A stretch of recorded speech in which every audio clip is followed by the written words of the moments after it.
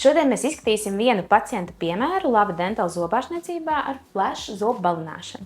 Šādi rezultāti ir iespējams iegūt vienā vizītes laikā. Jā, ir iespējams uzturēt zobus baltus pēc zobu balināšanas, ievērot visus higienistus norādījumus. Pēc zobu balināšanas zobi paliek poraināki, līdz ar to tie var iekrāsoties. Pēc zobu balināšanas zobi var būt jūtīgi maz 2 dienas, bet jūtīgums pakāpeniski mazinās. Drīkst lietot visus baltos produktus, baltās zīves, balto gaļu, viss, kas ir balts.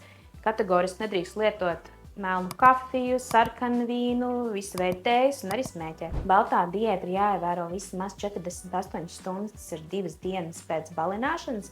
Ja to neievēro, tas nozīmē, ka visticamāk viņa zobi var pārkrāsoties un nebūs vēlamais efekts. Zobus pēc balināšanas pareizāk kopt ir ar maigu zobu pastu, neabrazīvu, parasti iesaku un iedodu līdzi, kā arī diegot un lietot mīkstu zobu birstīti. Zobu balināšana ir kā dzīvesveids. Katram pacientam tas ir ļoti individuāli, ņemot vērā paradumus. Zobu balināšanu vēlams veikt reizi gadā. Zobu balināšana nav bīstama, ja to veids certificēts speciālists ar profesionālām iekārtām un profesionāliem materiāliem. Tāpēc gaidīsim jūs Lava Dental uz zobu balināšanu.